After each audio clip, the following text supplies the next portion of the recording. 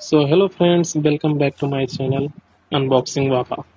तो आज हम लेकर आए हैं आपके सामने सोलर वाटर फाउंटेन, जिसका मैं अनबॉक्सिंग कर रहा हूँ। तो ये देखिए मैनुअल पेपर्स का, और ये देखिए हमारा सोलर वाटर फाउंटेन है, जो कि कुछ देर में मैं आपको शुरू करके दिखाऊंगा दोस्तों।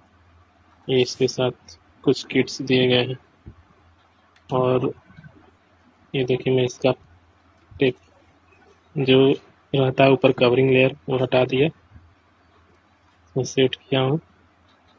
अब देखिए इसका जो पीछे मोटर दिया गया है गाइस 1 वाट का है, और इधर ये कुछ नोजल हो गए हैं जो इसके ऊपर लगेंगे, अलग अलग डिफरेंट टाइप्स का।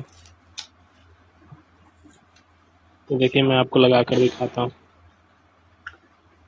ये देखिए सेट हो गया गाइज। अब इसे हम ले चलेंगे कुछ देर में पानी में, दिखाएंगे आपको कैसे ये काम करता है। A few moments later.